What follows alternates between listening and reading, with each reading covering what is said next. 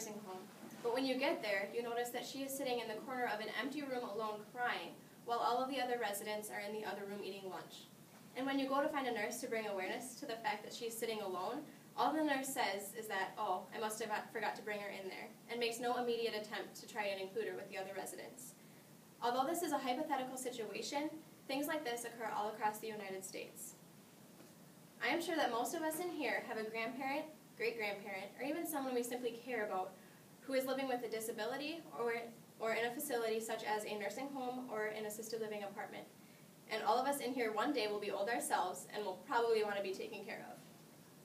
The National Committee for the Prevention of Elder Abuse, also known as the NCPEA, should further their efforts in the prevention of abuse and neglect of older adults and adults with disabilities. First, we will learn about elder abuse, and then we will discuss a possible solution for this issue. Elder abuse is the mistreatment that leads to loss or harm for an older person. Elder abuse is occurring in every type of living situation. According to Mary Twomey from UC Irving School of Medicine.org in October of 2012, and also Lawrence Robinson in the article Elder Abuse and Neglect from HealthGuide.org in December of 2012, elder abuse can occur at the elder's home, in a relative's home, or in a facility such as a nursing home or an assisted living apartment. And also, according to the aforementioned Lawrence Robinson, abusers can be family members, such as children, grandchildren, or spouses, or they can also be workers in a facility such as a nursing home or an assisted living apartment. And referring back to the aforementioned Mary Twomey, elder abuse cuts across race, gender, culture, and ethnicity. Elder abuse is occurring across the United States.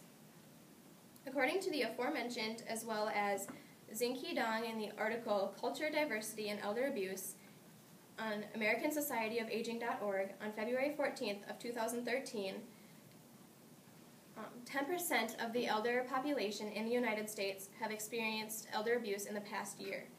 And according to the aforementioned Lawrence Robinson, as well as David Roop from ABC News, on July 30th of 2012, 500,000 elders in the past year have reported abuse reports, and it is suspected that more than 1 million have gone unreported.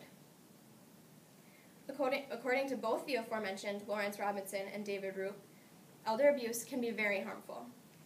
Elder abuse can include physical, emotional, and financial abuse.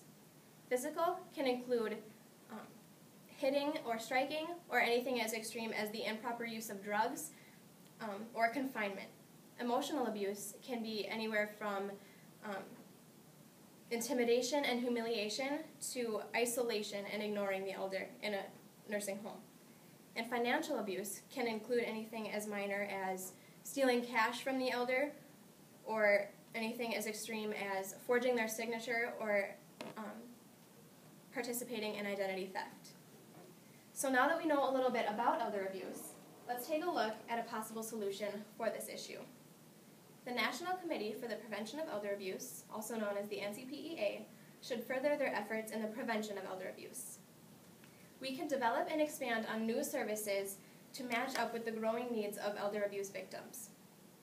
We can do this by informing agencies that provide related services to the non-elderly to try and interest them in expanding their programs to provide for victims of elder abuse.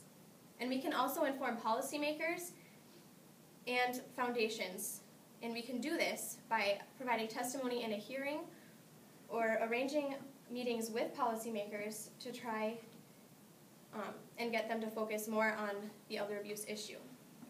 Expanding efforts in the prevention of elder abuse is very possible. As stated by Barack Obama in the Presidential Proclamation of World Elder Abuse Awareness Day on whitehouse.gov on June 14th of 2012, minimal efforts have already been made in this issue, and with these minimal efforts, we've already come up with shelters, counseling programs, and volunteer programs for the victims of elder abuse. Just imagine what we could do if we brought this even further. And also, according to the aforementioned, we can use existing programs to help elder abuse. All we would need to do is have these existing programs further their services to provide for elder abuse victims.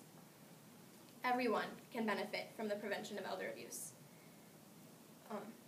According to the aforementioned Lawrence Robinson from helpguide.org, Americans spend millions of dollars because of elder abuse each year. And if we were to prevent this, U.S. citizens would save so much money simply on healthcare costs, Social Security costs, investigative and legal costs. And we should also care about this simply because if we were to prevent elder abuse, we would know that our loved ones and relatives were safe. So elder abuse is the mistreatment that results in loss or harm to an older person, and it is occurring everywhere in the United States today. Efforts can be made in the prevention of elder abuse, so the NCPEA should further their efforts in the prevention of abuse and neglect of older persons. So together, we can raise awareness for this issue and maybe even possibly end elder abuse altogether.